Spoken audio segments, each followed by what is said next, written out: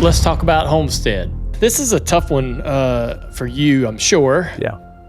So what I'm sitting here thinking about, my hands are sweating when you're saying all this because I don't know how honest I want to be about all this, but I think I'm just going to tell you how it is. So there's a couple things here, and they're really big deals to me to say. The following is a production of Dirty Mo Media. Hey everybody, it's Dale Jr. back again for another episode of the Dale Jr. Download. It's the guest segment, and we've got Carl Edwards coming on the show. Y'all requested him. We've been begging him to come on, and we finally got it worked out. Carl's going to be a teammate of mine at Amazon as we're coming up on the 5-race stretch during the summer, and he's getting himself ready for that job as a broadcaster, getting himself reintroduced to the NASCAR industry after years away. We're going to learn what he's been up to. We're going to learn all about his career and why he stepped away to begin with. So got a lot of questions there. This is going to be a good one, I can tell. Let's get started. All right, so the Dale Jr. Download here on a Wednesday guest segment, and one of our most requested by far has been Carl Edwards, and we are lucky to have the chance to have Carl here today. I want to say thank you, Carl, for giving us some time. Where are you at? I'm here in Columbia, Missouri at my buddy Brent's office. It's nice of him to loan me his setup. I hope it all works the whole time. So yeah. Thanks for having me on. This is so cool, man.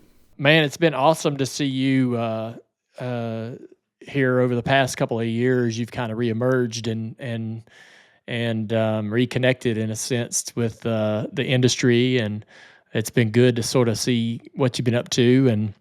Want to learn a little bit today. There's a lot that I have to get into.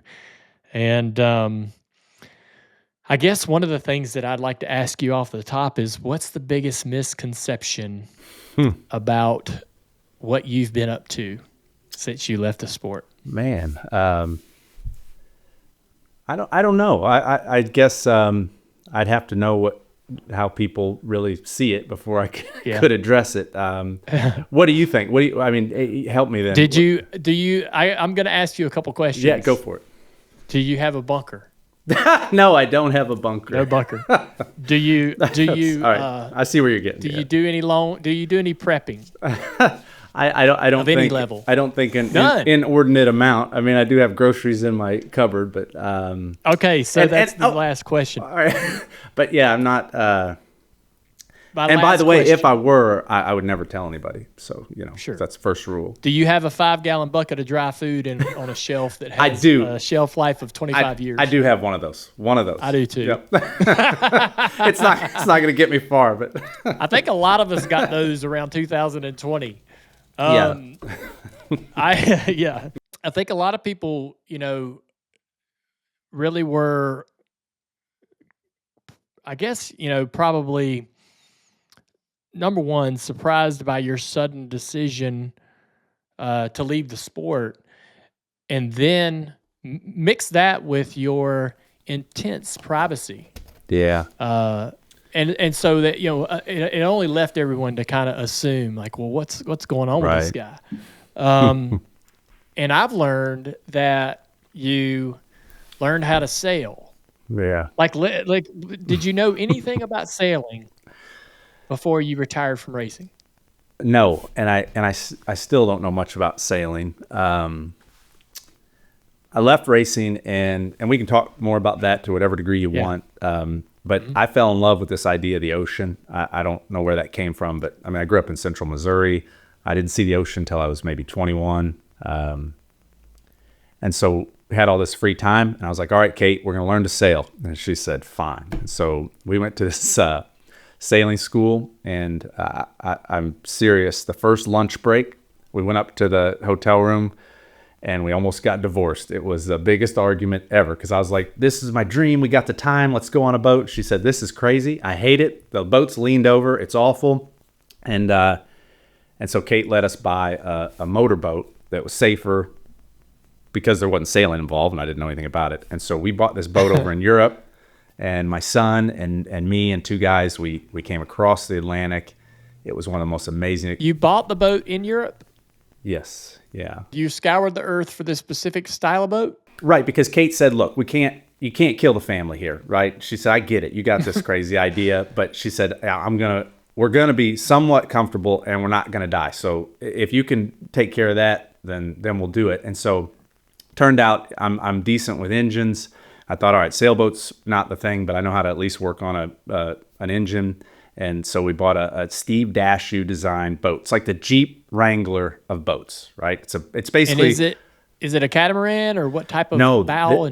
This is they call it a trawler. So it's all aluminum, looks like a sailboat without a mast. Yep. It's got hydraulic stabilizers, real safe, real simple. There was the best one was over on an island called Guernsey in the English Channel. Flew over there, looked at it, said, Kate, what do you think? She said, fine. And I think she was thinking this wasn't actually going to go through. Like, it was just this crazy idea. So, but we went ahead and bought it. And then the coolest part is you got to get it back here. And so one of the neatest things in my life, we went over, I was going to go over with these two guys I'd never met. They became great friends. And it was just going to be the three of us. And my son, you met Mike. He kept saying, yep. Dad, this is so neat. I'm so excited about the boat. I mean, he's a young man. He's just thinking this is going to be so cool. But I was like, man, do you think I could take Mike? And Kate was like, you're crazy. You're going to get on a boat. You're going to go across. I said, I don't know. This would be really cool, I think. And fortunately, the captain, he's a wild man. I didn't know this at the time, but he's like every racer that we knew growing up. Just a guy ran away from home. He's a boat captain, travels the earth. But I didn't know that. I thought he's this like real professional guy. And so we asked him. Kate said, if he says it's good, Mikey can go. And so we flew over there, got on this boat. First day, it was after like 30 hours of travel. We get there. Whoa. Oh, it was 30 hours of travel there. Yeah, just to get there, right? Because to get to the island of Guernsey took a bit. So I got a 6 or 7 year old. I think Mike was 6, but he's pumped. And so we're traveling, we're on airplane, bus, whatever. We get to this boat and I'm like, man, I got to do a workout. So I go out on the dock and I'm like, I'm going to just do some burpees or something. I've been sitting for 2 days. And first thing, my phone falls through the cracks in the dock into the ocean. I was like, damn, that's my connection to everything's going on in my life. And my son looks at me and goes, oh, this is great. And I was like, man, that's sarcasm. He's not sarcastic. Why would you say that? And he said, well, Dad, maybe now you'll spend some time with me. I was like, damn. And so that was the start right there for the next 30 days of time completely alone with him, with these two guys. We went from the English Channel, coast of Spain, down to Madeira, some islands, and then across the whole Atlantic. It was one of the coolest experiences of my life.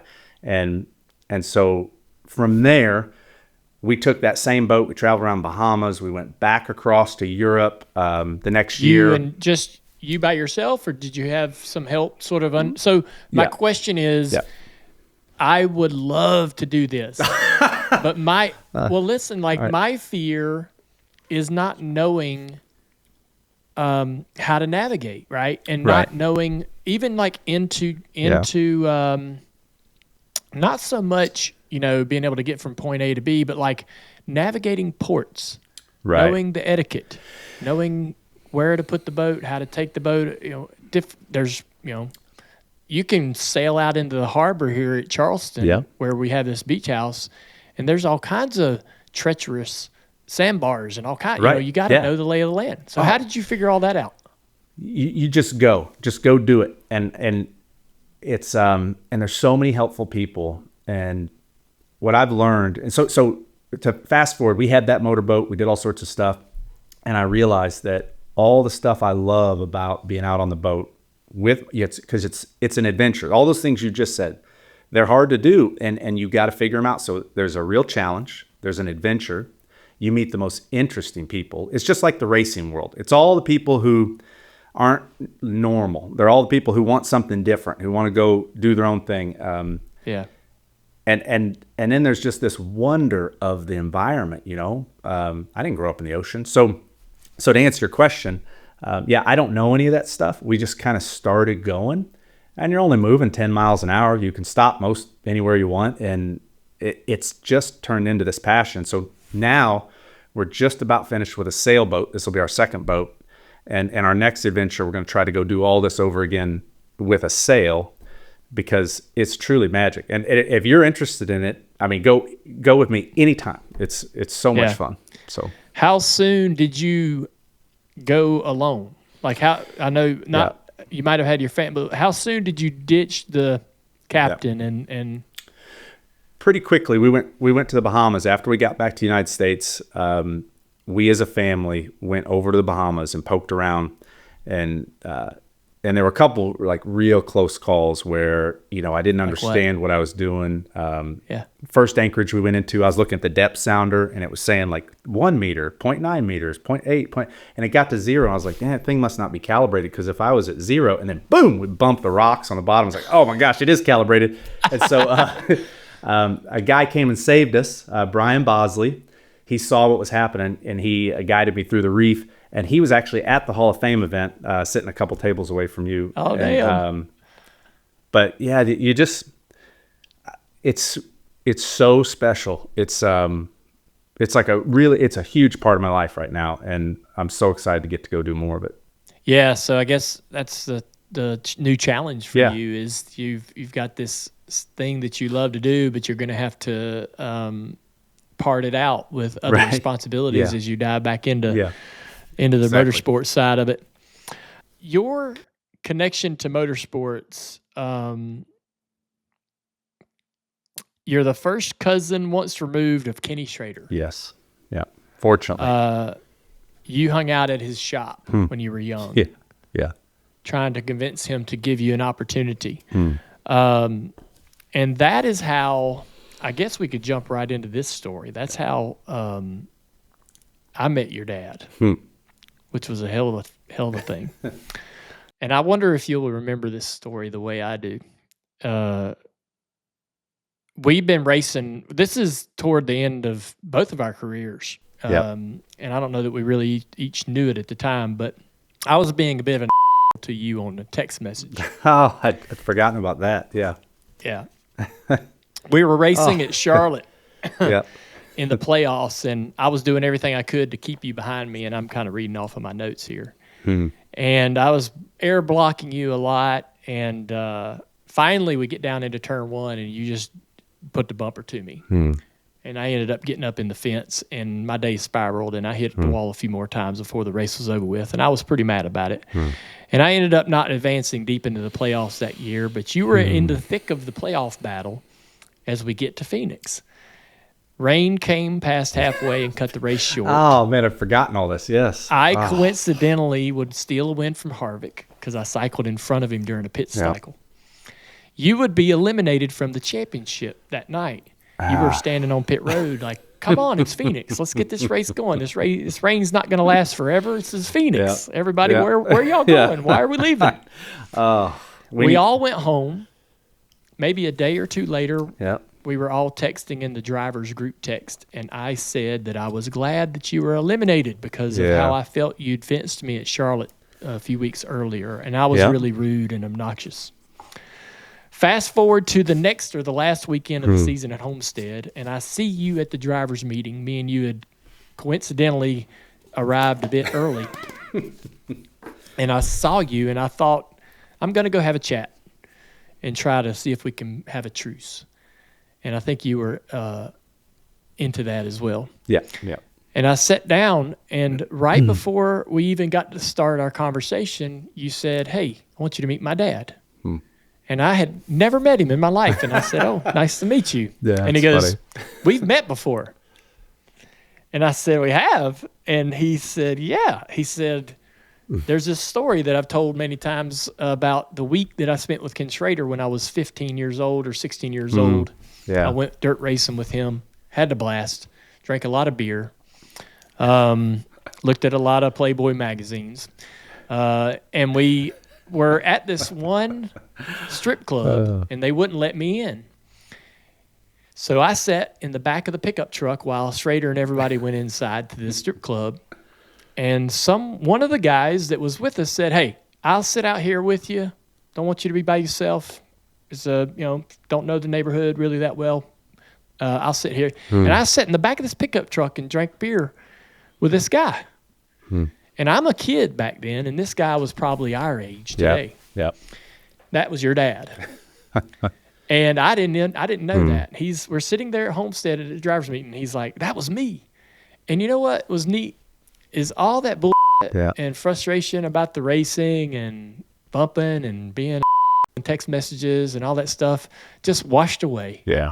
Because I guess it was kind of like this unique situation where it was kind of it was all put into perspective, like what's really important. Yep. And I don't know how you felt about that, but I will never forget that sort of circumstantial sort of way that we would kind of come together there at Homestead and get to the end of that. No, how do you remember all that? I'm glad that you told that story, because you forget all the details of those things, and I didn't put them all together that way. I remembered, for me, that I remember it all in different compartments. I remember Phoenix. I remember Phoenix thinking that, we got to finish this race. This is everything right now. This is the most important thing in the world.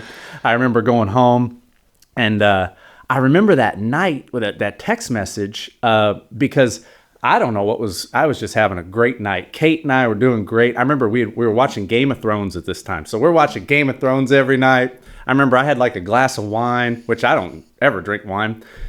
And I'm like, man, I'm having the best night of my life. And the phone starts dinging, and I look up, and I'm like, damn, Dale, that is some harsh stuff. I remember you said something like, there's nothing made me happier than seeing Carl standing there with that umbrella, or something like that. And I was like, that is poetically mean as hell. Like, that was good, but damn it. Yeah. And I remember I didn't know what to say, so I just said something like, F you, Dale, or something like that. And I put the phone down, and I was like, I can't wait to see that guy next time. I was pissed. And but I didn't remember. I had separated it because I remember that moment in the driver's meeting, and how cool it was for my dad to connect with you that way. And in my memory, I had forgotten that all those things were, I guess, connected or something. But so cool. It warms my heart to think that that's special to you, because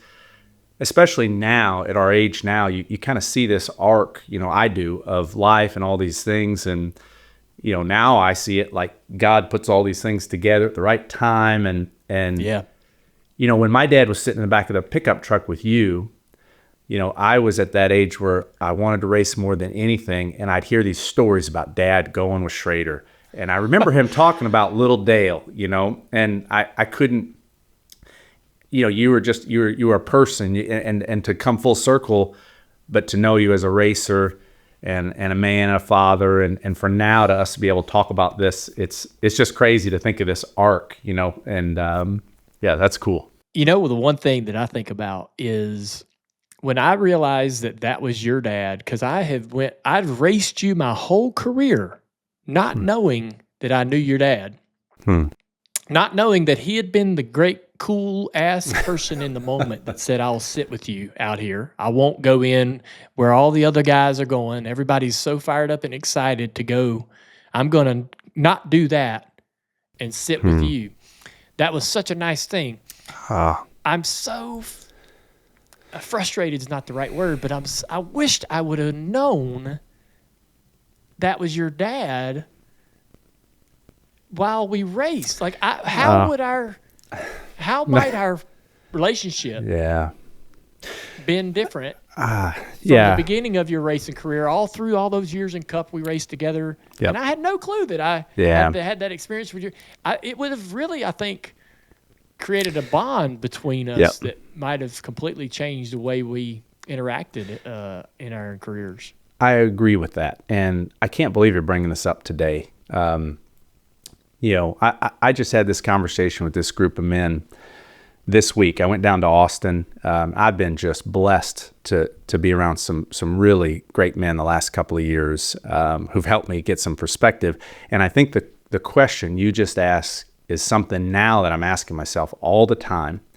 It's, what are people's stories, you know, and you do a good job of this. You tell people's stories so that we can understand where people are coming from.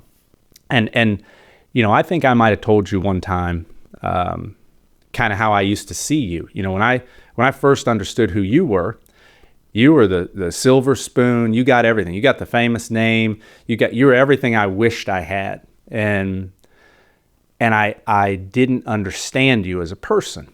And I think for me, and I was wrong. And so for me, how many people am I going through my life that I could understand them, I could have a bond with them, I could have a relationship with them, but I don't take the time. And I think that's a mistake. I tried to talk about that a little bit at the Hall of Fame.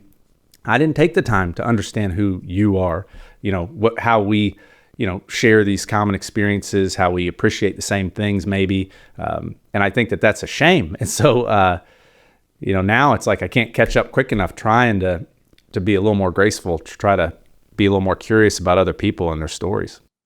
I'm glad that you're kind of going in this bit of, you know, you're having this sort of realization, you know, and I think that's the fortunate thing for any of us to be sort of faced with that. Well, I was going to add something before we move on from it. Maybe you were, but I just want to say that you're giving me a gift today, you know, and it's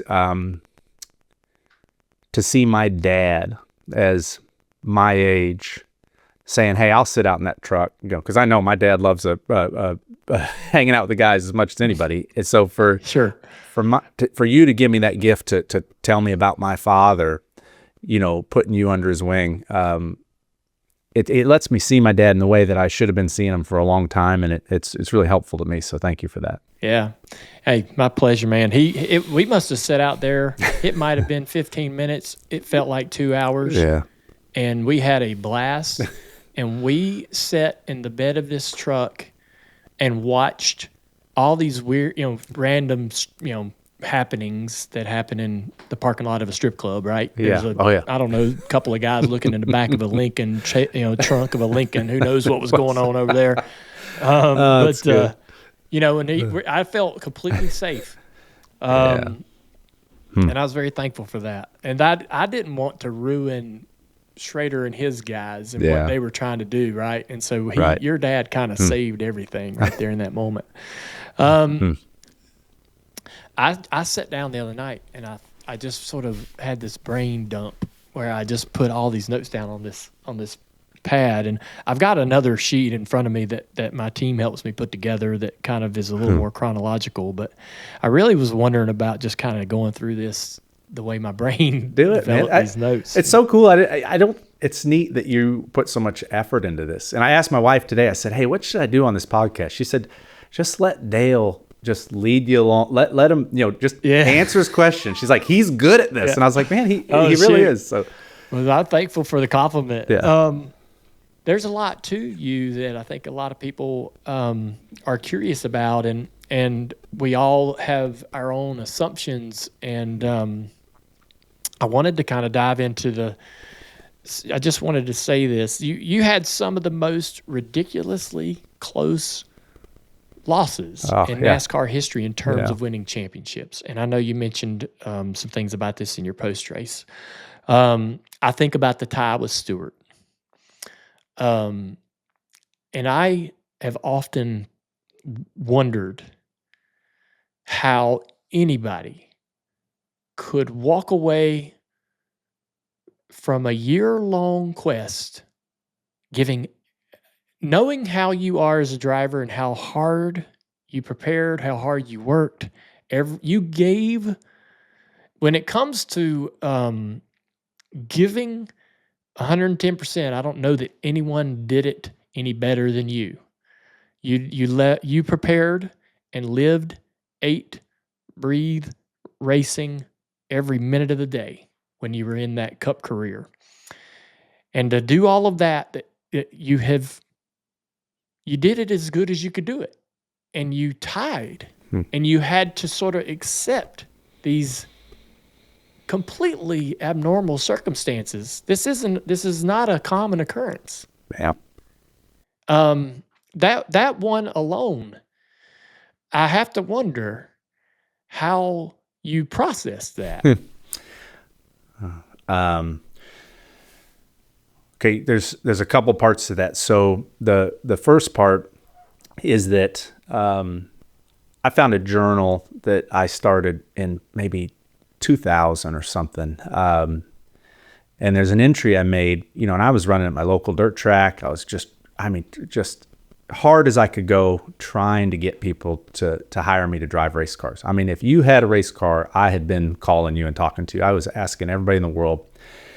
And I was so fortunate to realize, I wrote in this journal, I said, I realized that my happiness, like truly, like whether I wake up in the morning happy or really upset, is 100% based on whether racing's going well or not.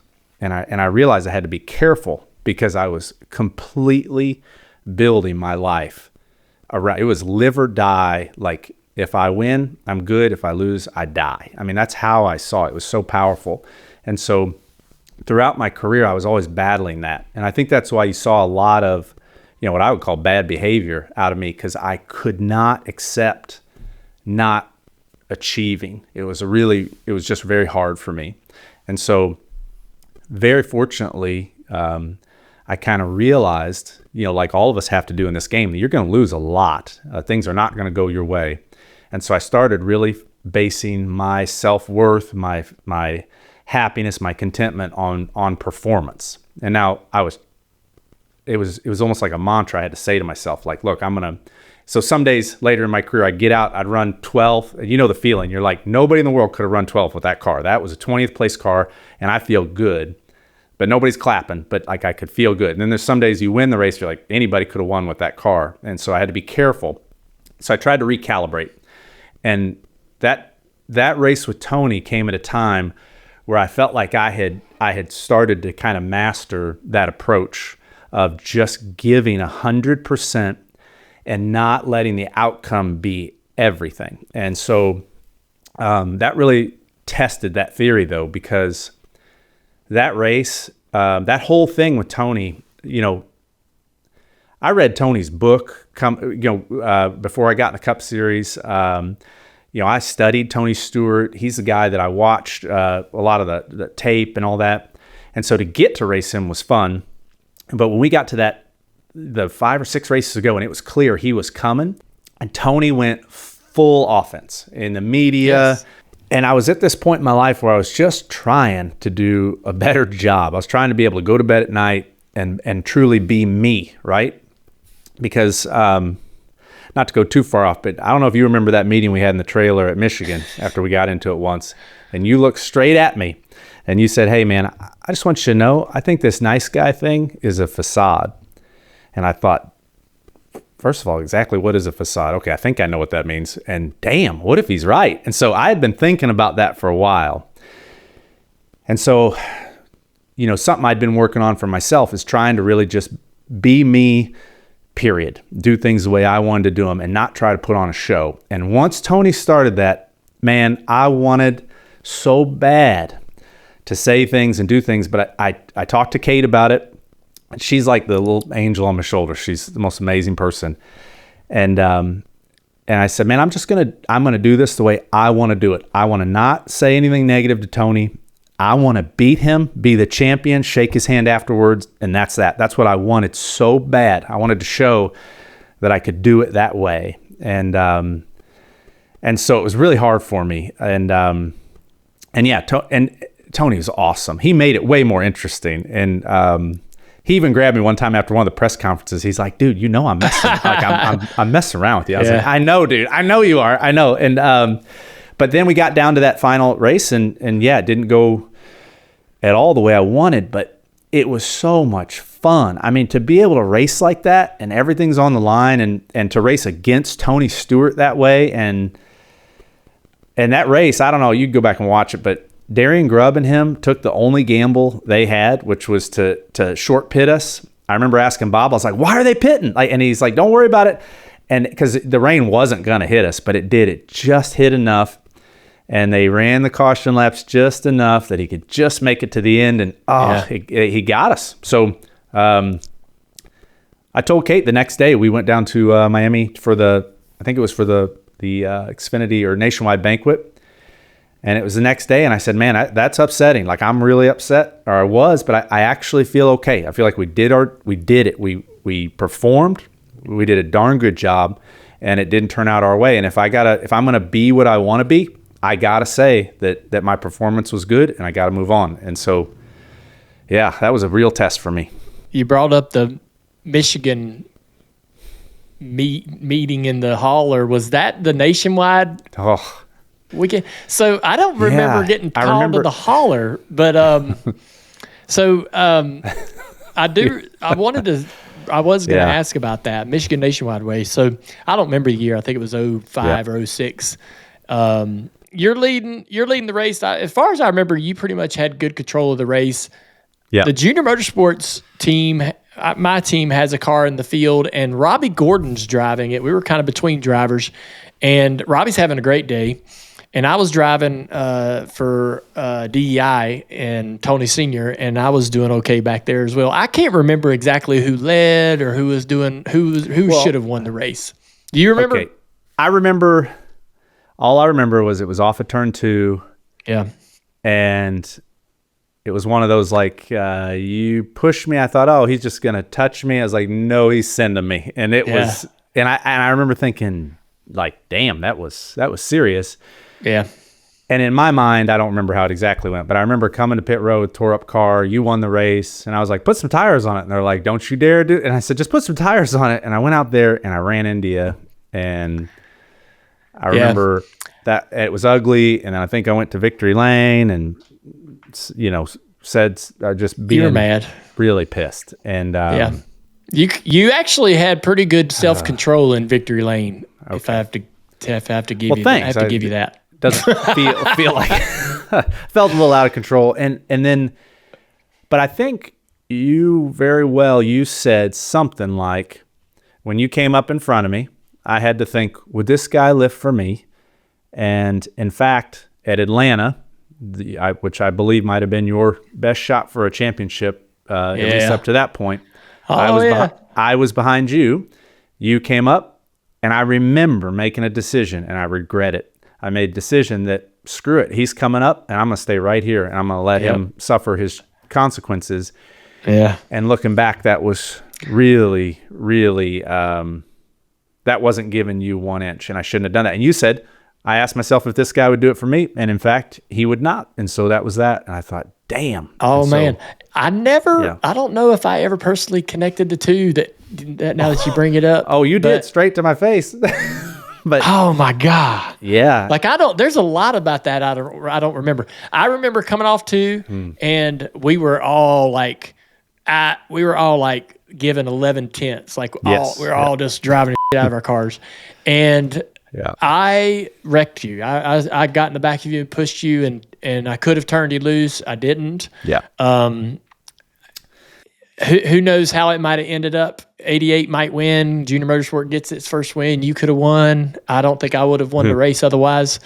And it was just an ugly deal all the way around for me and you. And I didn't do myself any favors. But it wasn't a race that I absolutely had to win. It wasn't like it was a situation where we were getting eliminated in the playoffs or anything. But I don't remember getting called to the hauler. I thought it was that week. I thought they called us to the hauler the next morning. And, wow. Well, it's probably because I went out there like a crazy person and ran into you after the race was over. Yeah. But I remember that conversation pretty well. You said a couple things to me, one being the facade thing earlier, but it really, I guess at that point in my career, I was 100% take. I was about 1% give, if any. And so, that's just, that was interesting for sure. Yeah. I thought, I do remember at some point later that weekend, you came up to me in the bus lot and said, hey, I want to apologize for coming into Victory Lane. I didn't remember that. Yeah. You were like, hey, look, a lot of things went down that I don't like. But there are some things that I did that I'm not proud of. I want to let you know that I'm not happy about doing those things. And so I do want folks to know that you did that, and you had, there was some self-awareness for sure. But hey, everybody, you want the latest Dale Jr. download apparel? Visit shop.dirtymomedia.com. We're always adding new stuff all the time, especially like when we say something silly on this show. We'll put it on a t-shirt. Again, check it out at shop.dirtymomedia.com. I got to ask you about the Kenseth flinch on pit road at Martinsville. What was going on that had you two so frustrated with each other? It's sad because I don't even remember. It's one of those things. It's like when you're arguing with somebody and you can't remember even what you were arguing about. But in my mind, I felt like Matt had just not given. I look back and I tried to say it at the Hall of Fame. I came to Roush Racing with the greatest group of drivers. You could not have a better group of drivers to teach you how to cup race. I stepped into the 99 car after Jeff Burton and those guys had built that team. I got given everything on a silver platter, and I didn't take the time to appreciate it. I just went straight to, this is what I deserve, and we're going to go get more of it. And so Matt is an extremely, you know Matt as well as anybody. He is so smart. He's so wise, and he doesn't mince any words. He doesn't cut any slack. He's going to give you exactly what you give. And so he knew how to push my buttons right to the edge. He was, like a black belt at screwing with me. Okay. Really? Oh, he was good. And I don't remember all the things that he did, but he didn't do anything over the line. He just got me boiling inside. And after that race, I guess it was in Martinsville, I remember walking in the hauler, and Bob Osborne's going to kill me for saying this, but I was so pissed. I was like, freaking Matt again. I don't know what he did or didn't do, but I was mad. And I said, damn, I don't know what to do. And Bob said, I'd punch him in the face. And I thought, oh, that's a great idea. And so I walked down, and sure enough, there it is. The Lord puts Matt right there where I'm going to hop over the wall, and he's doing an interview. And I thought, now's a good time. And I thought, I'm going to punch him in the face. And oh then my gosh, I was so stupid. And then I realized, I don't really want to punch this guy in the face. That's dumb. And it was awful. And so I walked away from that, and it's a viral. Imagine if the social media had been around back then. That was a viral moment that never got the chance to go viral. So stupid. Bob Osborne's like, hey, man, I was joking around. That was the dumbest thing you could have done. He's like, what are you doing? He's like, Matt, your teammate. You're an idiot. And so, Matt is so amazing. He brushed that off. He showed me so much grace. Man, what a guy. And so that was a lesson for me. I remember one of my sponsors from Office Depot called and said, you look like the biggest insecure bully jerk ever. Do not act that way. I was like, oh my gosh. Yeah, that was so stupid. And so it was ugly, and I felt I'm embarrassed about that. That was a bad one. Well, come on, man. We all have those moments. It's the heat of the moment. God dang. I don't think anybody's going to be that hard on you about it. Well, then you're too hard on yourself about it. All right. But who was your favorite teammate in your career? That's a tough one. It's hard for me to because I felt I was at different stages, but when I came in, Mark Martin as a teammate was mind-boggling. Just that, when he sat in a meeting and talked, it was like I was listening to the man, like God, So that was cool. He taught me some things for sure. And I think though, as I went, I learned that teammates were not just about the talk and how you interacted, personally. It was about what they're willing to give. And I learned, and from how it is, professional standpoint, who's going to share with you, who's going to help you, which driver and crew chief's going to actually understand your problems and tell you what they learned in testing or practice. And And for me, Matt, solid all the time. I was a better driver. My car was always better because of Matt. When I went to Joe Gibbs Racing, it was, Kyle, Denny, all those guys, they put the BS aside, and it was like, hey, we're going to make all these cars better. And, that was huge. So I guess, personally, like as friends, it's really hard to pick somebody, but as an actual, performance teammate trying to win races, man, I had so many good ones. I couldn't select one. Now looking back, I realized, like, being a single car team or something, I mean, there's no way any of this success would have happened. Is it possible for you to point out any teammates that you had difficulty connecting with, or ones that you weren't able to ever really have a line of communication develop? That you maybe even you wanted, you wanted more, or wanted the better relationship that just never materialized? I'd say Denny, really. Denny's somebody that Denny's so good. It blew my mind, the things he could do in the car, and I always wanted to be I wanted to talk to Denny more. I wanted to understand how he thought, and I mean, I just could never.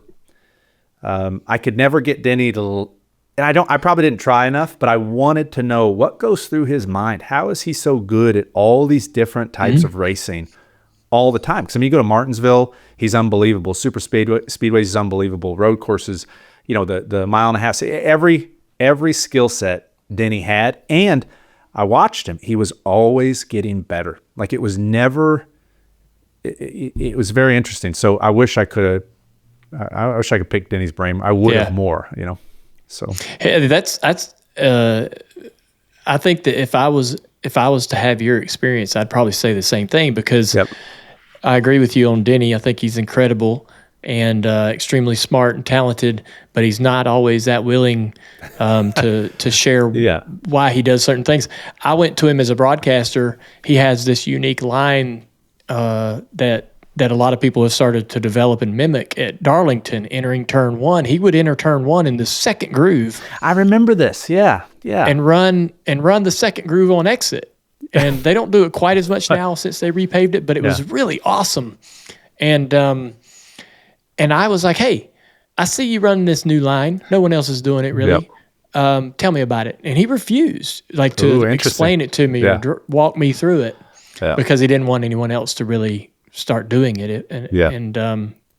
But he's very, and it's interesting now that he's just doing these podcasts where he is having to explain himself more, right? Because he's not been the kind of guy that always really would want to explain the things he does and why he does them. I wanted to talk to you about Roush versus Gibbs and your experience at Roush. My opinion from the outside looking in, having never stepped in the building, never really spent a ton of time around Jack or been around the business at Roush that much. The rumor or the perspective was that they underpaid. They would typically lock in a guy like yourself that was dying to become a race car driver into a long contract on very minimal pay from okay, you're going to race a truck, you're going to race Xfinity. If you get to Cup, here's the plan. If everything works well, and you would end up, probably getting everything you wanted. But you would be underpaid and compared to other individuals in the sport at the same level. They were smart. They were smart and savvy. That was the reputation outside the building. What was the truth in your experience with Roush? Thanks for asking this. That's interesting. It's not true for me at all. And so, and it might have been. So here, let me tell you the Roush. This is short version. First contract they sent, I remember it was 82 pages. Okay. And so I'm sitting at Mike Mittler's shop. I've got the phone call. changed my life. And they say, hey, we want you to drive this truck. And I was like, oh, I'm in. And then they sent an 82-page contract. And Jeff Smith, who's one of my good friends, he worked with me after he left Roush, and he helped me through some contract stuff. So Jeff Smith has probably done more deals in NASCAR than, maybe anybody. I'm not sure. 82 pages. And I'm not an attorney, but my dad, who was, sitting in the truck at the strip club, he got bored working on cars. He went back to law school. So my dad was an attorney at this time. And I said, Dad, I got all these questions, and you know how these contracts are. I mean, it's things I didn't understand any of these, what's force majeure, and I don't even know. So, so I said, all right, Dad, I got all these questions. And he said, I can explain all this, but we need to call Schrader, okay? Because he's lived this world. And so I set out this contract. I got all my questions, about, 20 of them, let's say. And I got a time for Kenny, and he said, okay, fine. What do you got? I said, I got this contract. It's got 82 pages, and I got a lot of questions. And I said, okay, you got a minute? He's like, yep. And I said, okay, first question. I'm like, paragraph 3, 2, what? He said, stop right there. He said, I think I can solve your problem. I said, okay. And he said, how about you take that contract, and then you take all the other ones you have that are going to pay you money to drive a race car. You just set them on the table. You just pick the one you think is best and sign it right now. I was like, what the hell are you talking about? He said, I only got one. He's like, I know, sign it right now. Don't even think about it. So I signed this 82-page thing. Best advice ever. And so that kind of answers your question. Like, yes, I think when you start at Roush, I think they presented something that could be taken as, hey, this is a heck of a binding thing. But what happened for me is after a year, we ran the truck. We did well. We got the Super Chip sponsorship. We got to the point where, Burton was stepping out of the 99. Things were going to change. And from that point on, Jeff Smith, second year I drove for him, Jeff said, hey, I know it says in the contract you're going to make this. We're going to add X amount. You're doing great. We're just adding money. I thought, that's crazy. And then from then on, I'm telling you, if anything, I was overpaid. And if anything, they were more generous than they should have. And that's not blowing smoke. It's unbelievable. And so I felt like Jack, definite hard man. I mean, he's hard as nails. Well, me. Could you dive into that a little bit? Yeah. Because Jack, I want to say that I want to celebrate Jack. Yes. Incredible man, done a lot of amazing things in the sport, but I don't know him. Okay. I think I do. Okay. And I'm, we're bouncing around a bunch of things, but there's a current here, which is, for me, I was raised by a complex man, my dad, right? And if anything, my dad, when all else, I don't know much about your dad, but he may be similar. Like, we're going to get straight to the point. You're going to do the thing.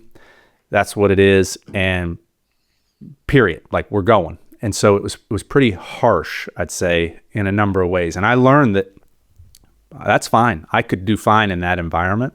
And so when I got to Roush, I mean, Jack is hard. I mean, he would say it how it is. I mean, I remember I screwed up at Talladega one time, ruined everything. And he called me in for a meeting. I thought we were going to talk about how we get back on track. He called me into a meeting just to tell me, Carl, I don't think you understand how bad you screwed this up. He went down a list, right? So, but for me, that was fine because Jack was there to win. He had grown up basically dirt floor poor, fought his way through every single thing, and that's who he is. He doesn't look at the world like, how are we going to feel good about where we're at? He says, hey, how are we going to fight to get where we want to go? And so I know it rubbed people the wrong way. I remember people at the shop, they'd be, just griping and moaning about something. And I thought, you guys, we're racing fast race cars and that paycheck comes every 2 weeks. I mean, this we're perfect. Like, quit complaining. And so I think he just rubbed people the wrong way because of how hardcore he is. Is that answering your question? Oh, yeah. Yeah. But yeah, so I felt like at the end of the day, leaving Roush for me was as simple as I've never really talked about this, but it's just that the cars, we couldn't get them to turn in the center of the corner. I mean, we just could not get the cars to do what we needed to do. And we did that for a long time. And I thought, I just wanted to try something different. So Sure. then we moved to Gibbs, and yeah. What was the difference like in the culture? So a completely different culture. And it's interesting how two cultures that different can both be so successful. Jack Roush, like I said, clawed through not just a sport, but the actual technical aspects of it. So anybody who's been around Jack knows that he can build the shop, he can build the car, he can drive the car, he can build the airplanes, he can fly the airplanes, he can tune the carburetor, he can build the pistons. I mean, he can take a camshaft out of a piece of metal. He can do anything. And that's how he's built. He's going to master every single piece, and he had his hand in every single thing. And if you've never seen Jack in a meeting screaming about lug nuts and stuff, it's awesome. This guy knows what's up. Then you move to Joe Gibbs Racing, and it blew my mind. Completely different. I remember Coach came to one of our first meetings, and we're going around the table. He would come and sit. Everybody sits around, drivers, engineers, crew chiefs. I can't remember if engineers were there. Definitely the head engineering guys at the shop. And he goes around and says, like, basically, why didn't you win? Why didn't you win? And then he'd just say, okay, cool. You didn't win because of this. I don't know anything about that. I remember one time he said something like, I don't know anything about tires. I don't get it. I don't know. I don't need to know. You tell me what I need to do so that you can make these tires work the way you need them to work. And so he gave up all the control and put it in the hands of others, and then let them kind of run the ship. And he just facilitated it, where Jack could really run everything himself. And he was like the central computer, the actual mechanical brain behind everything. And totally different. I was always thinking that when you went to Gibbs, this might help you understand how much I appreciated or respected your ability as a driver. When you went to Gibbs, I thought, holy man, I had such a mid opinion of Roush at the time, and I thought that you were getting so much more out of those cars than people realized. And when you were going to go get in the Gibbs car and the way Kyle and those guys had been running, I thought, holy this is going to be hard to beat. You definitely had some high moments racing for Gibbs and some good success. Did the Gibbs experience, go as well as you'd hoped? I know there's one particular moment I want to talk to you about in terms of Homestead that I know that you knew would come up in this conversation, but excluding that night, how do you look at your time with Joe Gibbs Racing? It was a big change. It was definitely a great experience for me. Back to Matt Kenseth and those guys, a lot of people don't know, we talked about teammates earlier. A lot of people don't know that, Gibbs and I had talked at points through my career, and there'd been some times where I'd really looked over there, and he had recruited me real hard. And when we finally came up with the deal to do this, he said, hey, there's one last thing. He said, I'm going to have a meeting with the drivers because this is a big deal. And, the drivers are steering the ship here. And if they don't want you here, then we're not going to do it. And if they do, we are going to do it. And, we talked a little bit about my history with Matt, and I'd had some history with Kyle, and I thought, oh my gosh, please let these guys have some forgiveness in their hearts. And it was a big deal that Coach said, you wouldn't believe it. He said, Matt said, absolutely, Carl would be a good addition here. And that right there, I don't know if I've ever told Matt this, but that made me feel welcome. And it really made me feel, when I walked in the shop, that there was no baggage. It was good. Now that first year, it was a change. It was hard. And man, Darian is brilliant. But me coming in, and working through everything, we didn't have together, we didn't have the success that I think either one of us thought we were going to have. And that was hard. We wanted to do better that first year. We had success. It was good. But it was like I was still finding my way, and he and I were trying to communicate. And so then the next year, we made a change, and Dave Rogers and I got to work, and I kind of started feeling my way and understanding all the tools that I had there, getting better, getting in off pit road, better relationship with teammates, working with Toyota. That first year, I spent a lot of time in the sim, and I felt like that second year, we really took off. And so to answer your question, I'd say it started off, it was a little harder than I thought. By the second year, at the end of it, when we got to that race, Homestead, I felt like, man, we can go forward here. We're going to win, let's say, an average of 5 or 6 races a year for a long time. I felt really good, and that was a really cool feeling. Let's talk about Homestead. So this is a tough one for you, I'm sure. Yeah. And it's not a very comfortable conversation for me either, because I had been vocal critic of NASCAR's for quite some time, for the past decade, maybe a little longer, around the questionable cautions and that they had been throwing over the years. And now I got to interrupt you. Even though they mostly helped you, is that really? I'm messing with you. No, they might have. I'm messing with you. I probably shouldn't have said that. No, it's fine. Say whatever you want. I even if they did, I probably didn't see them that way. But none of us did. I know. I remember, for whatever reason, I'm watching you race, and you're leading. You're leading the race, and you got a clear, comfortable lead, and the laps are clicking away. And then I'm not in the race, and my memory's a little fuzzy on exactly everything going on, but for whatever reason, I'm not out there. And I just remember this. I'm in my bus, I believe, and I remember the sound of the cars slowing down, and I thought, there's a yellow. Man. And I look out the window, and here comes this car down across the apron with a flat tire. And I thought, I can't believe they threw a yellow. That's Carl's championship. He's trying to win a championship here, and had it.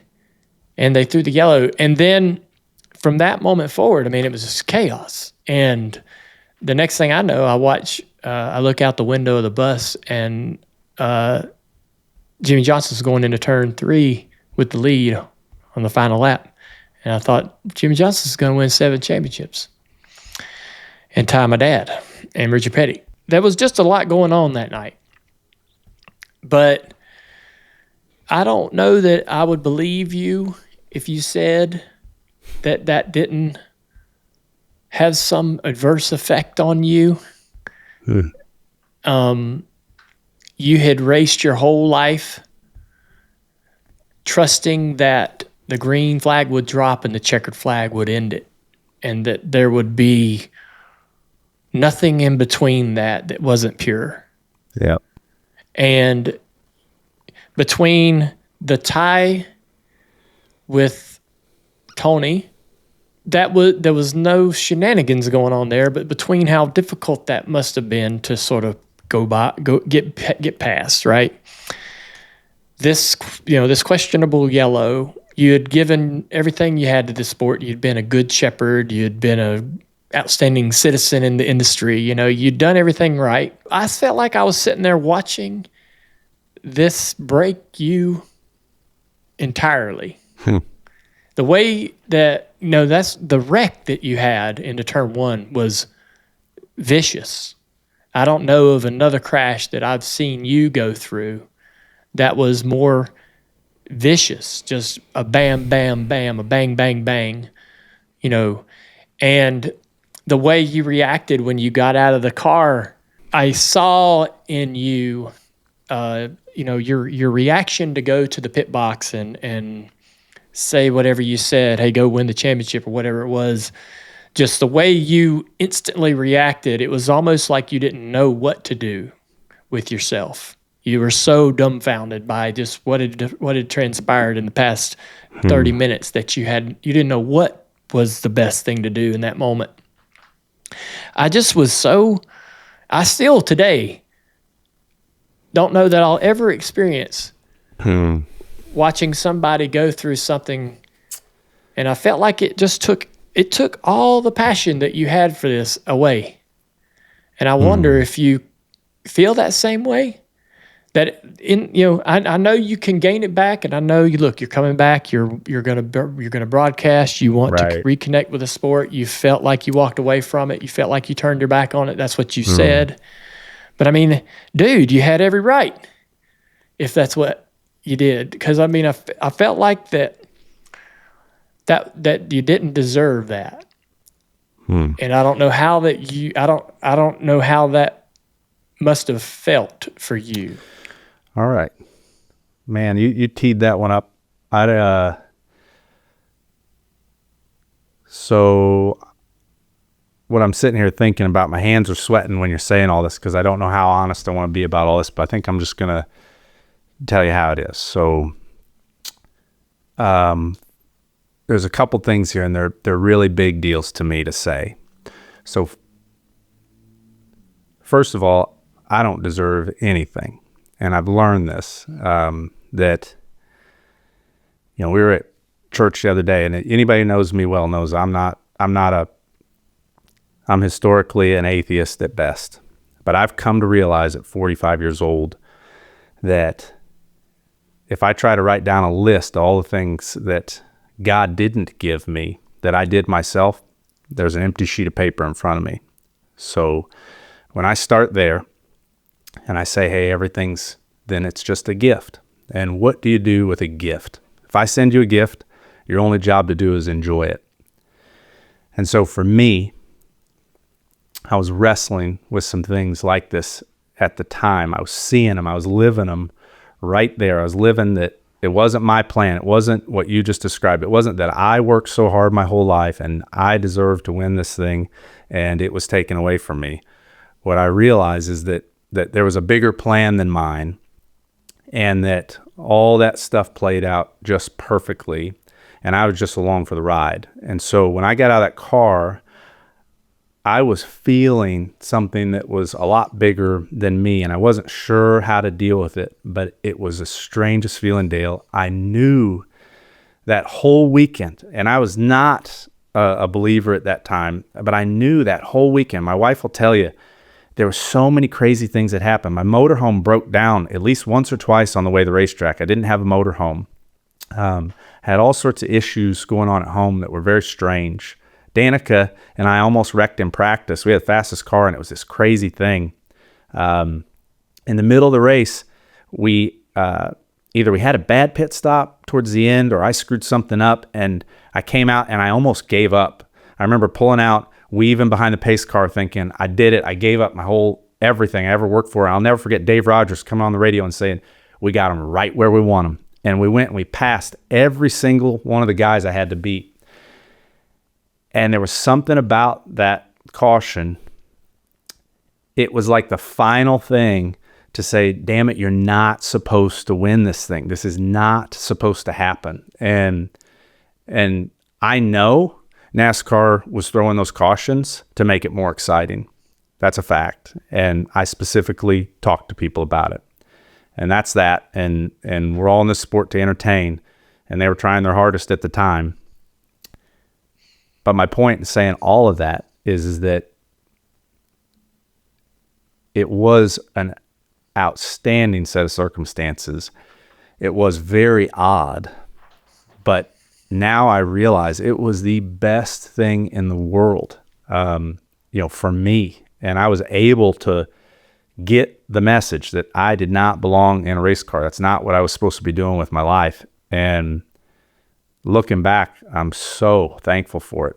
I mean, it changed my life at that moment in a way that I could never have understood how great it was. So I know that's a roundabout answer. It might be too much to swallow, but that's the way I see it. So yeah, I think it's just I find it just hard to believe. Which part's hard to believe? Sorry. So you didn't have a choice but to experience it. It's what happened. Yep. In the moment. Yeah. And I could understand, and anyone could understand how that would break your spirit. Yeah. If you were just talking about your passion and love for racing, and Right. I would give you that. I would say, hey, Okay. yes, be a broken man for a while. Yep. But to think I don't belong in a race car anymore, or my life isn't, I'm ready to put this part of my life away. Yep. I just... Let me bridge the gap for you. Okay. So you're exactly right.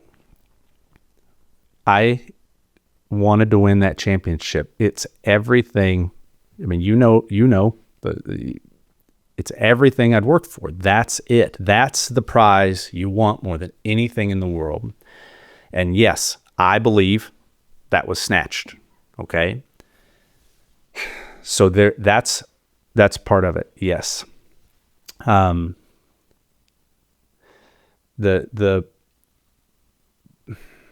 was very difficult. Okay. So I had to look and say, okay, let's just go to the next year. Let's go to 2017. Right. Let me just be real smart. Let me just think this through. Here's what I'm going to do. I'm going to go and I am going to continue. I'm going to put everything in my life second in the back seat. And I'm going to go starting at Daytona, and I'm going to drive the hell out of this race car like I've been doing for 13, 14 years. And I'm going to run this thing all the way to the end and give everything I got, another year of my life, and all the stuff that the head injury stuff started to really be a factor for me, because I didn't think about that. And now I'm like, man, I'm not just giving up my time now. There's all sorts of things that I might be giving up in the future. And then I'm going to get to Homestead at the end of 2017. I'm going to do everything just right, and they're going to throw a caution with 5 to go, and we're going to put all this on a restart. And I thought, damn, I don't know if spending a whole year of my life and all the things you give up and possibly give up for, one restart, like, I don't know, that's part. Yes, that's a big deal. You have to weigh that. And so, yeah, I guess, really disappointing, but it actually helped me to say, hey, this is the reality. This is how it could go. And is it worth it to you? Yeah. Had you dealt with some head injuries at any point in your career? Well, yeah, I'd taken a bunch of hits, and you know how it is. They always say, oh, you're good, you're fine. And, but I don't know that anybody can tell you what the end result of all that is. And sure, you talking about it publicly, it's the first time I ever thought, what's going on here? What's happening? And started to look around and realize, I actually need to be careful with this. And, there's a cost to these things. So yeah, I never, I feel like I'm good. I feel like I'm very fortunate. Did I answer the question about what's still missing about 2016? What am I missing here? That's good. It's just, I think that me personally inside, like I had this same really, really deep obsession, love affair with racing like you did, and driving and wanting to drive, and just I love the hell out of everything about it. Right. And it's hard for me to, it's still hard for me today to like understand it's hard for me to ever imagine there being a day where it's just not any part of what I do. Yeah. And so I think that's what I'm trying to get to is your example or your situation where you said, yep, I'm just going to stop right here. It's going to be cold turkey. I'm going to go do this. And and I'm leaving. I'm out. And you did it. And here you are in front of me today, content, happy. You've gotten core memories that you've created with your family that you wouldn't trade for anything. And I didn't realize that that's possible. right? Is racing, racing was always going to be part of what I tell my wife. She's like, she doesn't mind me doing some stuff, but she wants me to balance with family and stuff. And I'm like, I have to tell her, I'm like, Amy, we're racers. We race. We're gonna always race. That's what we do. Yeah, and I know that's bull. Yeah. What do you mean it's bull? What do you mean? Well, I mean, I know that I know racing is a privilege and it's that gift. Yeah. It's not a mandatory, I've got to race, we've got to do some racing. I know that I can live without it. I know that, but I don't want to believe it. That you were able to just stop. Man, is so foreign to somebody. And I can't imagine that was very easy, but no. And I want to know too, that first year, that first 2 years, that first 3 years, how did you calm down? How did you connect to your family, to fatherhood? And how did that replace the value that you got from racing? Do you remember when we were at the test at Phoenix, when I went to help Suarez after I quit? You came over and you said, how the hell did you do that? Do you remember that? So for me, I'm glad you're asking these questions. I feel like I'm just sitting here talking to you. I forget that there's a lot of people watching that. I'm like, oh gosh. When I wanted to go racing, it didn't make any sense. I knew in my soul when I was about 15 years old, I wanted it so bad. It just crawled inside of me. And I would have dreams where I was in this dirt car and I could hear everything and see it and smell it. And I wanted to race more than anything. And everybody looked at me like I was crazy. They're like, you're not a race car driver. You can't, this is crazy. You got a good deal going on at school here. You need to be an engineer. I remember Schrader told me, he's like, be a dentist or something. He's like, racing's crazy. You can't, and it was inside of me. It was something that I knew in my soul was right for me. Okay. And then it was like an epiphany after 2016, the constellation of everything. I knew the same way. It was the same intensity of feeling. I tried to fight it. I went down to Key West.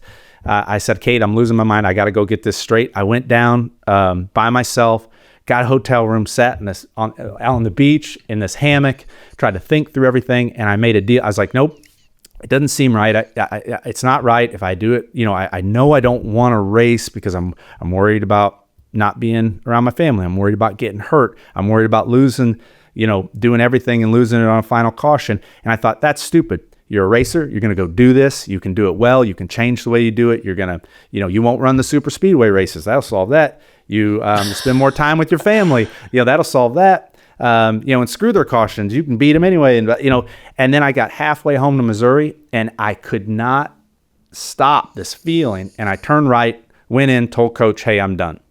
And so what I'm trying to say is it was the same intensity of feeling that I know what's right for me, for my life, as when I was 15 years old and everybody said, you're crazy, you can't race.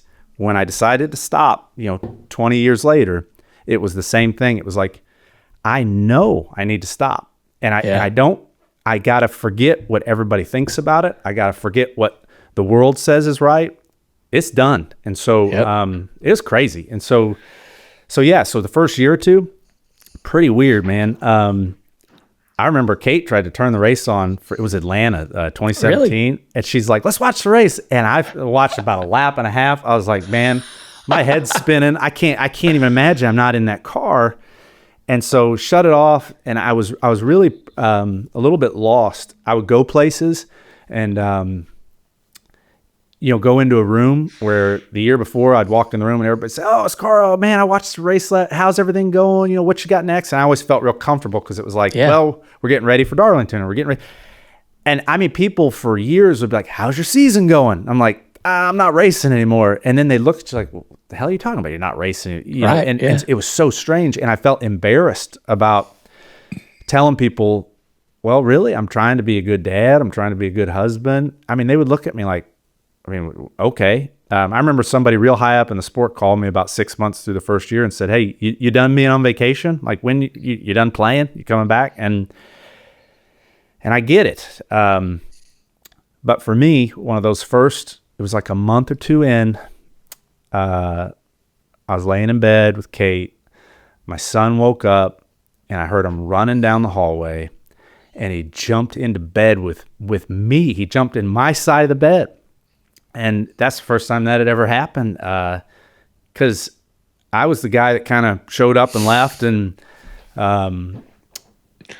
Kate was the parent, you know. And I thought, holy crap, and said, Kate just said, this is what you've been missing. And that was pretty shocking to me. So, yeah, it's been a hell of a good thing since I stepped out. That's the greatest. Those are the greatest moments. Yes. Every morning. Yes. When they come climb into bed, and they'll get to an age where they just stop doing that. Yeah, I know. But before that, it was always, you know, I'd go to bed and I'd say, hey, Kate, it's a night race. You got to keep everybody quiet. Don't let anybody wake me up. Do not bother me. It was so different. And and we all gotta. It's just part of life. But for me, it was time. So yeah, I'm sure you had people reaching out to you seeing if you wanted to do one-offs. Yeah, and probably pretty decent cars. Yeah. And you said no. Yes, and yes, I said no because I know two things will happen. Here's what's going to happen. If I'm why are you laughing at me? Because I know what you're going to say. I'm like, I'm going to go do that. It's like the Larson thing. It's like, hey, you want to come practice at Wilkesboro? I'm like, I'm not going to go there and go slow. I can't do that. I'm just going to. Whoa, you're not going to do it? I'm not doing it because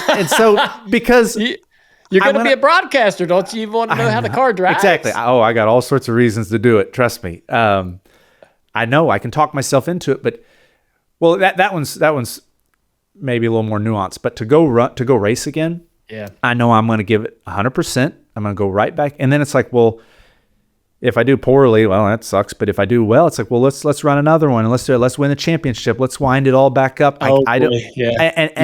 And then it's like, if I'm real serious about it, if I do worry about hitting my head, I'm going to hit it more often because I'm going to suck and I'm going to have to be trying harder. And it's like, is this really like, what am I doing here? Why do it? It's got to make sense. And so, yeah, that's that, you know. I'm hard-headed, no pun intended. I've noticed. And I stopped running full time because I was thinking the same thing as you. I was like, I'd had some obvious injuries, and I thought I just can't do this every week. I've got to be smarter, and I just can't do it every single week. Now, maybe I could do it a couple times a year. Like that made sense to me, right? Yeah, you know, that's less risky. Yep. And so I ran one here, one there, and I finally stopped racing Xfinity. It's fun as hell, even doing just one. And you'd be surprised, Carl, if I put you in a junior motorsports car and you went to Bristol, you'd probably run top 10, no problem, have a blast.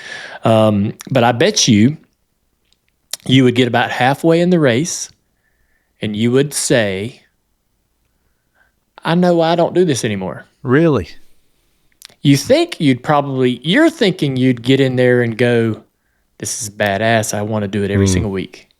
But I bet the opposite happens. I bet you go, I remember this. It's fun as shit. I am glad I got the chance to experience the sounds, the smells, the adrenaline, the competition. But I'm actually confirming my decision to not do it. Thanks for saying that. And I think that's what you'd experience. Because I struggle with it because I got this thing, you know, these like dissonant things in my head where it's like, I saw that you'd run, I think it was Bristol, and because there was something where you were yelling on the radio or something. It was pretty funny. I remember thinking it was cool because I thought, man, he's into this. Like he's having fun. He's competing. He's balancing all these things. And I thought, man, that actually sounds like fun. But then I can't get this other thought where it's like, I remember the last year I was racing, I was at Pocono and we had rain delay or something. And I think it was the last year. And I remember calling Kate at home and being like, what the hell am I doing here? Oh, like, I don't get it. What, like, it didn't, I was like, this isn't any fun. I don't understand. I could already tell you what the car is going to do in the race. There was something missing. So I can't tell which one's real, right? Is it it's fun or am I wore out from it? And so thanks for kind of saying that and predicting that for me. But well, I feel like that you haven't entirely closed the door on a one-off somewhere at some point, and I think that you're in good enough health and mind and body to actually do that. And if the right opportunity comes along, you'll know it. Yes, yeah. And but I think practicing that car is harmless. Like, especially if you're going to be a broadcaster, to be able to get behind the wheel of the car and come out of there and go, oh wow, this thing's different than what I experienced, and this is why. And I think you could justify doing it. But that would be so much pressure to drive that 5 car. Oh, I know. Holy smokes. Well, yeah. I think the cars are so different now. It'd definitely be interesting. Crazy. So, did you ever regret starting the backflip? No. Did you ever have one that almost went wrong? So you say, did you ever? I just recently regretted starting the backflip because I felt pressure to do one at the Hall of Fame. And man, I really did. That day, I mean, my brother was like, do the damn backflip. I mean, everybody was, and Kate was like, don't do the backflip. So that day was hard. The only one I really almost really screwed up was I left my helmet on when I was driving the Planters peanut car. Oh boy. Planters peanuts and at Michigan. And I thought, oh, I'll leave the helmet on. I'll do it. And it screwed me up. And, but yeah, never anything, I always thought that was so risky. That's funny. I mean, no one else is doing backflips. I know it looks hard to do. No, it's easy. You just start up there and just jump as hard as you can, pull your knees to your chest, and it was easy. But now it feels hard. I don't do them, and I was real nervous about it at the Hall of Fame. When's the last time you did a backflip?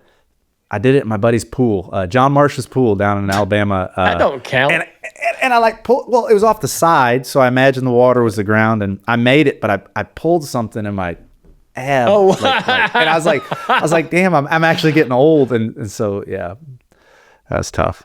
I want to finish our conversation on the broadcasting. If I heard correctly, your reintroduction to the industry in NASCAR and your whole family that has been missing you was when you were invited to Darlington for the 75 greatest drivers. And you were really surprised by the reception you got. Yeah. Which I don't know why, because everybody misses you. Everybody remembers you fondly, Carl. And we were all excited that you came. And but you were like, holy moly, everybody is happy to see me. You were like so taken aback. Well, you were sitting right there with me. You were sitting there when they... I know it. And they started clapping. I was like, unbelievable. You hit me on the shoulder. You're like, yeah, man. And that was the first time it occurred to me. Like I just, up till that point, I felt real nervous. Yeah. Well, I don't know why. That's surprising to me. But from that moment forward, you've sort of... you've found a way to weave this sport back into your identity, and you had basically kind of locked it away in this closet for years.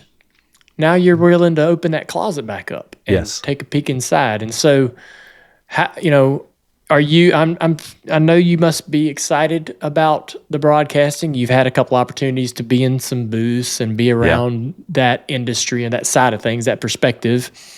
And so, kind of give me kind of the 40,000 foot view of what do you think your new chapter in NASCAR is going to be about?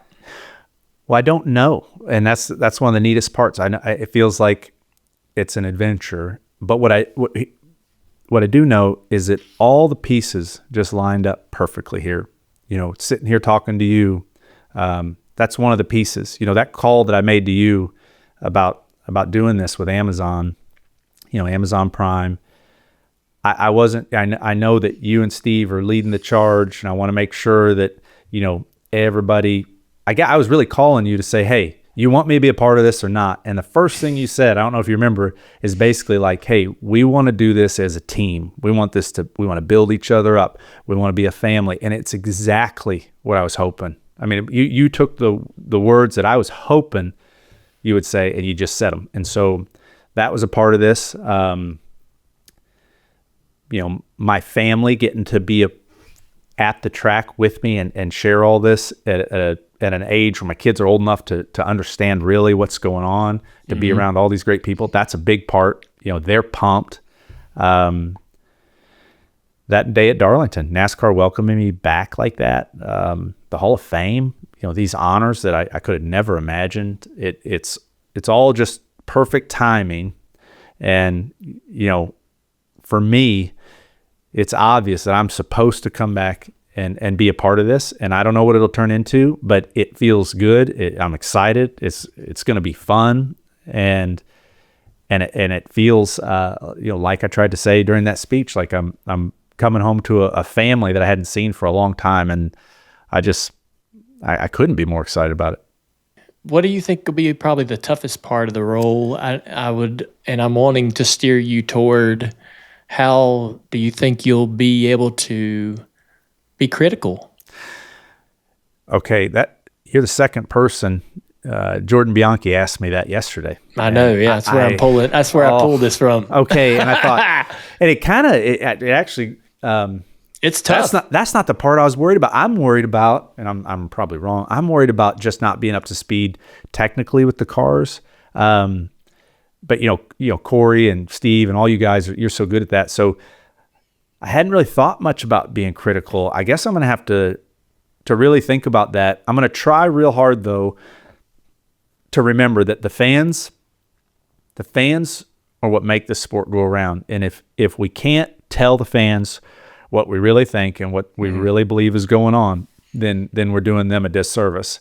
And my hope is that, especially with Amazon Prime, we got the time to not just like do a throwaway, oh, I think this guy did this and that driver did this. We got the time to say, hey, you know what? I got this opinion, but what is that driver, what do they think about it? What do they have to say about it? I hope we get that time. Now, you're probably laughing at me right now going, man, it's harder than that. But, how do you deal with that? How do you say something that's critical? How have you reconciled that? My bosses at NBC that I worked with, I was very lucky to have some great people around me and shepherding me through that whole process. But they basically said if you can say it to their face, like if you wanted to be critical about a driver, just say what you might say to them in person. Right. I thought you did this wrong, or I thought you could have chosen this route, or I thought this was a decision that spiraled your day. Why, I don't understand that choice you made. And I've been able to kind of walk that line but again, I think to your point about the fans sort of have an idea already of what the truth is. Right. You can't fool them.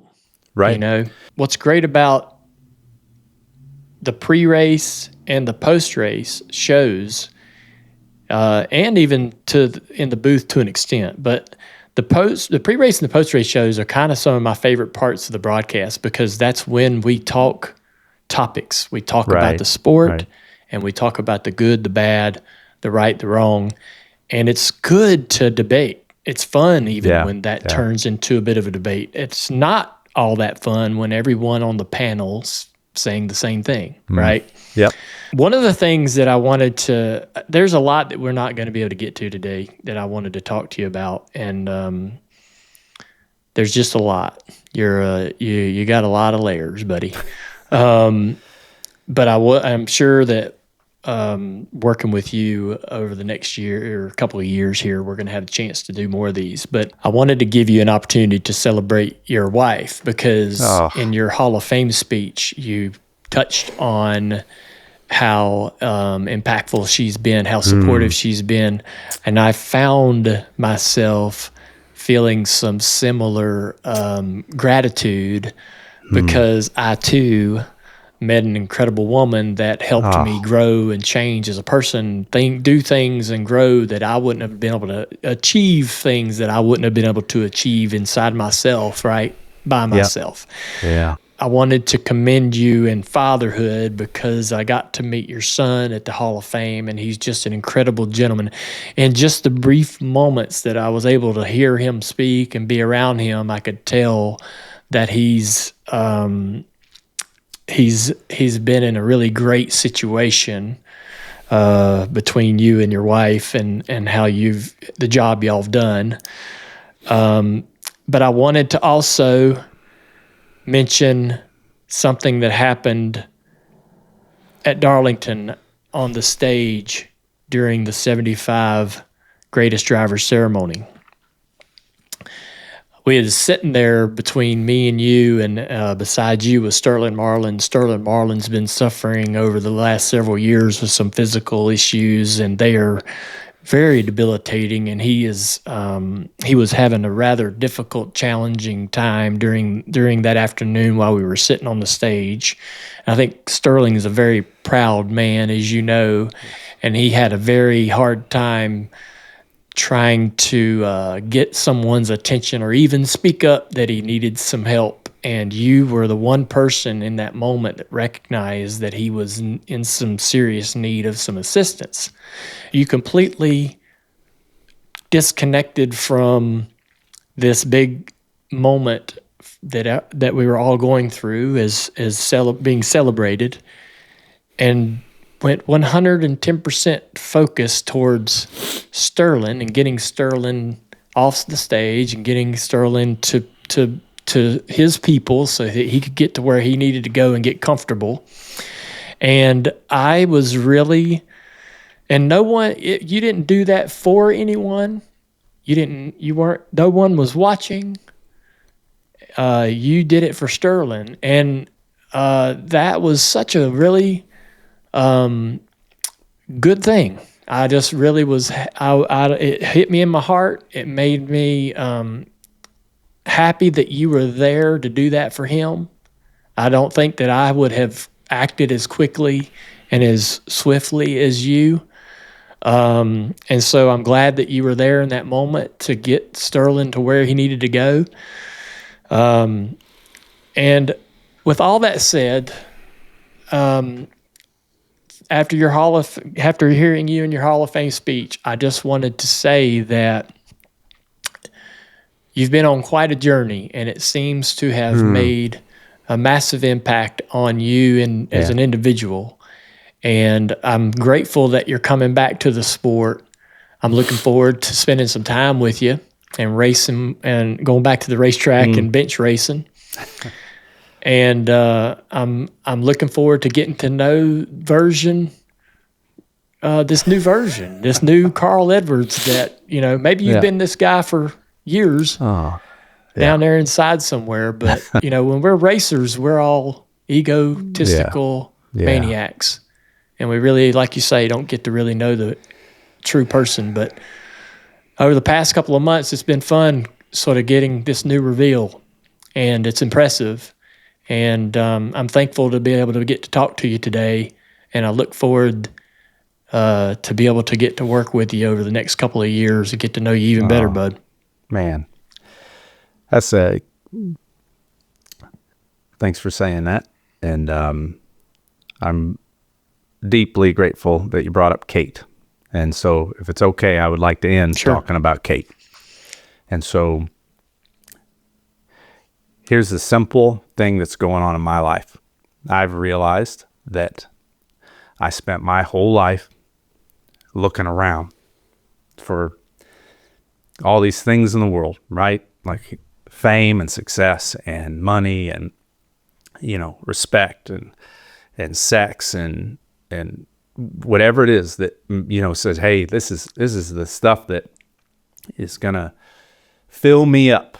And with Kate in particular, she's one of those check marks.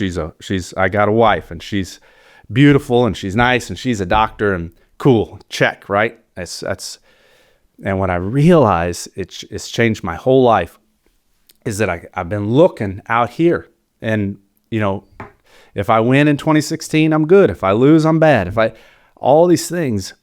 And those things are meant to be loved. They're all gifts. They're all important things. They're good to be seen the right way. But they weren't meant to fill me up, to make me whole, to be the actual person that God wants me to be. And so I've realized that there's only one place where I get filled up with unconditional love, forgiveness, and once I'm full, as John Marsh would say, I can give away now what I have. And so understanding Kate in particular, that Kate, her differences, my differences, all the things we argued about for all the years, and she gave me permission to talk publicly that we really struggled. Those differences, those were exactly right for me. She's softened me as a person. She's made me a better person. And being able to not require her to fill me up, to realize that I'm supposed to do the opposite. I'm supposed to love her unconditionally, forgive her for everything, be the best I can be. It's been one of the biggest realizations in my life. And she has put up with so much crap, Dale. I mean, dude, you think I was difficult at Michigan, out in Victory Lane? No, I'm a difficult human. And so Kate is unbelievable. I love her more every single day. And for you to give me just the chance to cue that up so that I could just tell everybody that, man, she's like, once again, she's the best thing in my life. And loving her and learning how to love her and not be needy in the wrong way with her has been really special. So, man, yeah, I could go on and on. I've been on a heck of an adventure, man. The last few years, a lot of stuff's happened. Some people have shown me some things. We got to talk more about it. I can tell you about some trips I took and some people I've seen doing real good in the world. There's people out there helping their neighbors, doing the right thing no matter what, and they've inspired me, man. And so thanks for just being so kind to me. Thanks for having me on here. Thanks for pestering me all the years and putting up with me saying no. And yeah, I just can't wait to get to the track, have some fun with people, and share it with my family. So yeah, it's cool. Well, I wanted to give you a chance to speak on Kate because I can relate. Yeah, and I want to, and I know that I know how I feel about Amy, Dude. and I too have can relate to a lot of things you're saying about your experiences over the years, and know how important that can be. But thank you for being transparent. Thank you for being willing to talk about anything and everything. And I think that'll serve you going forward as you re-enter this sort of universe of NASCAR. I think that'll serve you, sharing your experiences, what you've learned, how you've grown. And people are excited to have you back. Dude. I know that. So I hear about it all the time. And again, man, looking forward to seeing it at the track. Looking forward to working with you, getting prepared for this coming summer stretch. And thanks again for being on the show. No, it's awesome. Thanks, Dale. I'll see you soon, man. Carl Edwards on the Dale Jr. Download. All right, so Carl Edwards on the Dale Jr. Download. That was everything that I thought it would be and maybe more.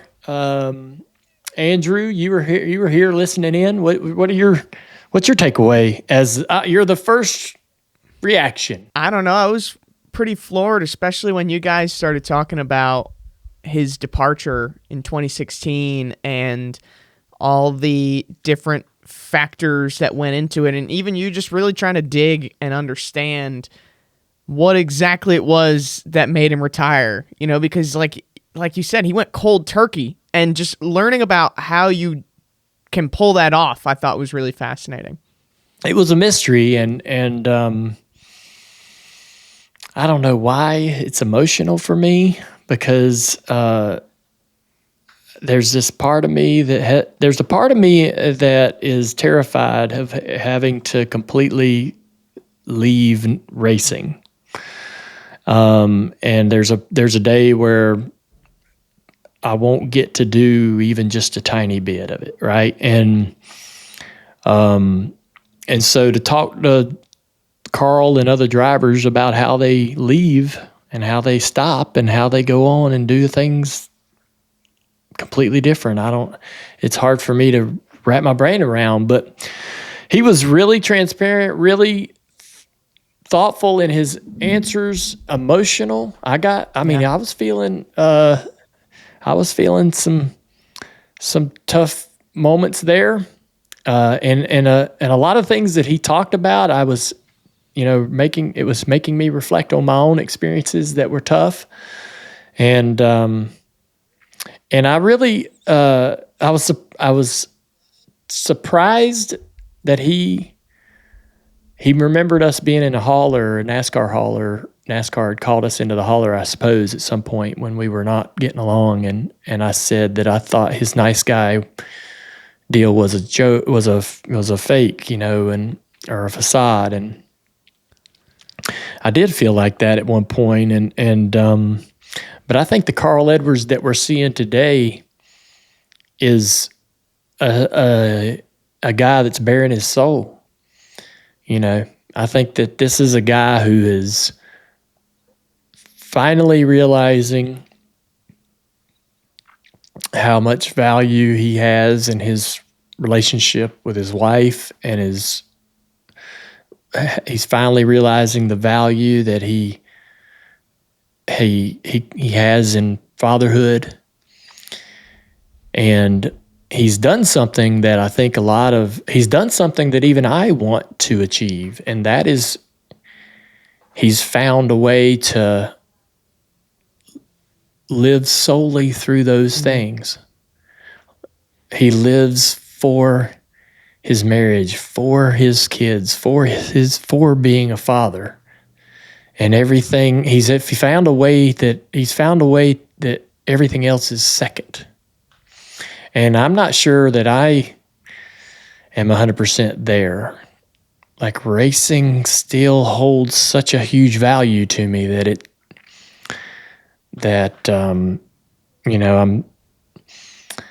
I learned a lot, I guess, listening to Carl and seeing him act on those decisions.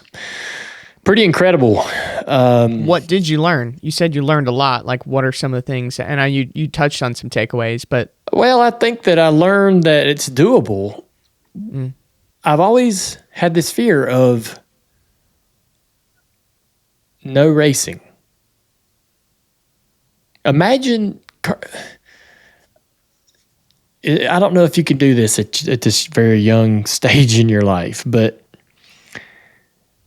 imagine something that you just don't think you can live without. And imagine having to choose at some point that's never going to be a part of your life anymore. And for me, it's been racing. Like, I can't imagine not doing something in racing, having my toe in the water at all times. And, I wanted to be selfish and be up to my neck in this sport. And I did it all for myself, and I was doing this for me as much as I wanted. And now I've had to compromise, becoming a husband, becoming a father, other business relationships and responsibilities. And I've had to back out of this swimming pool. And I'm still selfish, I want to keep my toe in there at all times. I want to stay in that, the shallow end at least, or whatever, right? As a broadcaster, as a team owner, as a driver in my little late model car. And I can't imagine just waking up one day and going, all right, we're not doing any of that anymore. We're just not going to do none of it. I can't imagine that. But he makes it, he did it. It's possible. And he did it and didn't go, he did it and he wasn't miserable.